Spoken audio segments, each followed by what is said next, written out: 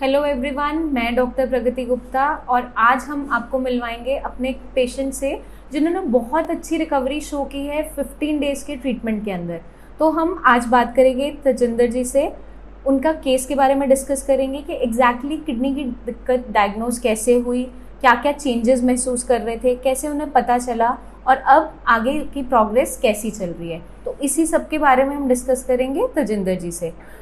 तजिंदर जी, मुझे बताइए कि किडनी की दिक्कत की जो शुरुआत हुई या आपको पता चला, कैसे चला? मेरा बीपी हाई रहता था, तो मैं बीपी ठीक कराने डॉक्टर के पास दिखाने गया, तो उन्होंने कहा कि आप ये टेस्ट कराओ। तब मेरे को पता चला कि मेरी किडनी की प्रॉब्लम। तो फर्स्ट टाइम आपने ये केएफटी करवाया था? हाँ जी।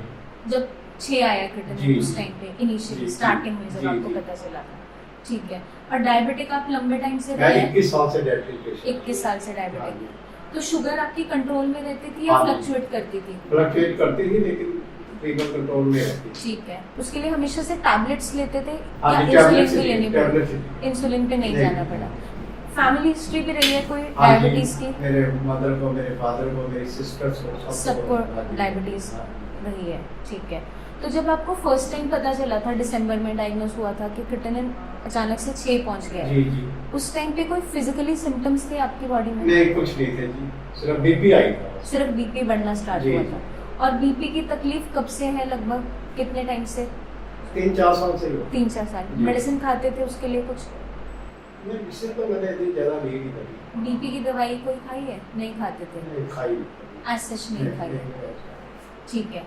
और जब फर्स्ट टाइम बीपी बढ़ना स्टार्ट हुआ तो रीडिंग्स लगभग क्या रहती थी उस टाइम पे जब नोटिस किया? 200 प्लस थी जी, 200। अच्छा, 200 प्लस। उस टाइम पहली बार डायग्नोस हुआ? हाँ जी। तो जब इन्हें इनिशियली डायग्नोस हुआ कि क्रिएटिनिन बढ़ना स्टार्ट हो गया है, फिजिकली बॉडी में कोई एज सच सिम्टम्स नहीं थे, बीपी शूट अप होना स्टार्ट हुआ, बट पेशेंट हमारे लंबे टाइम से डायबिटिक रहे हैं, ऑलमोस्ट 20-21 ईयर्स से डायबिटिक रहे हैं।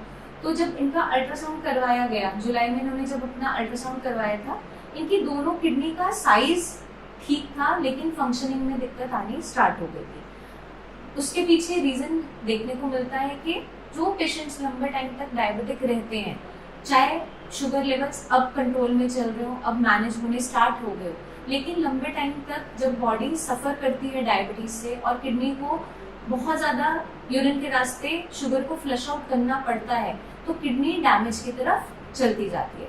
तो इनके केस में मेजर जो रीज़न रहा है फेलियर के पीछे, किडनी फेलियर के पीछे, वो डायबिटीज़ बहुत मेजर कॉज नज़र आ रहा है। बीपी कुछ सालों में इनका बढ़ना स्टार्ट हुआ है, उसने साथ में एडिशनल एक ऐसा रीज़न जोड़ दिया है जो किडनी फेलियर की प्रोग्रेशन को बहुत स्पीड अप कर देता है। तो अब जब हमने ये 15 डेज ट्रीटमेंट दिया है, उस दौरान इन्होंने अपनी बीपी शुगर की चार्टिंग रेगुलर रखी है, उसमें बीपी शुगर की वैल्यूज काफ़ी हद तक बेटर होती गई है।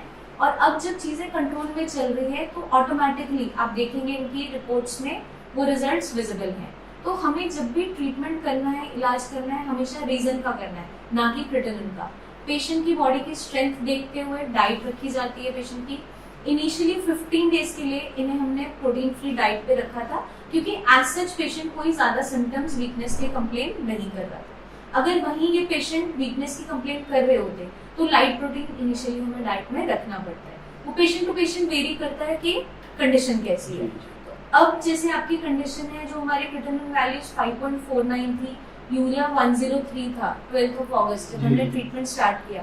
आफ्टर 15 डेज जब हमने टेस्ट करवाया, उसमें आपका क्रिएटिनिन 3.10 और यूरिया 65 आ गया। तो रिकवरी हमारी अच्छी चल रही है, प्रोटीन भी 2+ से 1+ हो गया। अगर प्रोटीन 2+ से 1+ आया है तो ये इंडिकेट करता है कि आपकी किडनी अब रिकवरी की तरफ जा रही है। इसी प्रोटीन को हमें बिल्कुल मिल करना है। एक बार वो चीज़ हम अचीव करते हैं तो किडनी हमारी एक स्टेबल पोजीशन में आ जाएगी। उसके लिए हमने थोड़ा सा ध्यान रखना है, जो हमारे एंड पे लापरवाही हो रही है, हमारे बाइकार्बोनेट फॉल कर रहे हैं, 19 आ रहा है ना, नॉर्मल वैल्यू 22 से 29। तो उसके लिए हम चाय जो ले रहे हैं एक कप भी, वो इस 15 दिन के लिए बिल्कुल बंद कर रहे हैं, ठीक है। दूध ले सकते हो, दालें ले सकते हो, लाइट प्रोटीन अब मैं स्टार्ट करवा रही हूँ क्योंकि अब हम एक थोड़ा सा कंपैरेटिव सेफर जोन में आ गए, ठीक है। तो अगर हम इन गाइडलाइंस को आगे भी फॉलो करते हैं तो हमारी किडनी बची रहती है आगे के लिए, ठीक है। उसी को हम मैनेज करते हुए सारा इनका ट्रीटमेंट कर रहे हैं। लाइट प्रोटीन डाइट स्टार्ट कर रहे हैं। यूरिन में प्रोटीन अब 1+ हो गया है, इसको हमें बिल्कुल निल तक लाना है ताकि किडनी पे जो ऑनगोइंग डैमेज है, चाहे बीपी है चाहे शुगर की वजह से है, वो कम्प्लीटली रुक जाए और किडनी एक स्टेबल पोजीशन में आ जाए। इनिशियली अगर हम ट्रीटमेंट स्टार्ट कर देते हैं किसी भी बीमारी का, जैसे ही डायग्नोज होता है, कंडीशन स्टेबल बनी रहती है, उस टाइम पे पेशेंट की बॉडी बहुत अच्छी रिकवरी दिखाती है अगर पेशेंट अपनी दी हुई गाइडलाइंस को अच्छे से फॉलो करता है। तो तजिंदर जी ने ऑलमोस्ट 15 डेज के अंदर डाइट अच्छे से फॉलो की है, कोई दिक्कत नहीं है, चाय के अलावा कोई मरीज में गड़बड़ नहीं की है, ठीक है। तो अब इस 15 दिन के लिए हम चाय को भी बंद कर रहे हैं ताकि किडनी को एक ऐसा एनवायरनमेंट मिल जाए कि हमारी बॉडी के अंदर एसिडोसिस बिल्कुल रुक जाए। अगर आपका सीरम बाइकार्बोनेट वैल्यूज फॉल करती है तो उस कंडीशन में पेशेंट की बॉडी जाती है मेटाबॉलिक एसिडोसिस की तरफ, और एसिडोसिस जब भी होगा बॉडी के अंदर एसिड बढ़ेगा, किडनी को कभी भी रिपेयर नहीं करवाने देगा। यही बेसिक रीजन होता है चाय बंद करने के पीछे, क्योंकि चाय पत्ती जो है वो कम्प्लीटली एसिडिक फूड में काम करते हैं, इसीलिए आपके लिए दूध गड़बड़ नहीं इतनी देगा जितनी चाय पत्ती देगी। तो हम मिल्क अलाउ कर रहे हैं, 50 to 100 ml ऑफ मिल्क ले सकते हो आप डेली अपनी डाइट में।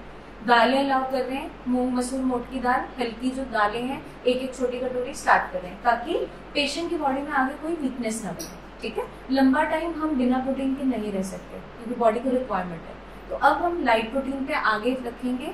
15 डेज बाद टेस्ट दोबारा करवाएंगे और उम्मीद यही करते हैं कि जो स्पीड ऑफ रिकवरी इनिशियली आपकी बॉडी ने दिखाई है वो कंटिन्यू चलती रहे। तो उससे ये है कि हम एक सेफ जोन में, एक टेंशन फ्री होके रहेंगे कि किडनी अब सेफ हो गई है, ठीक है।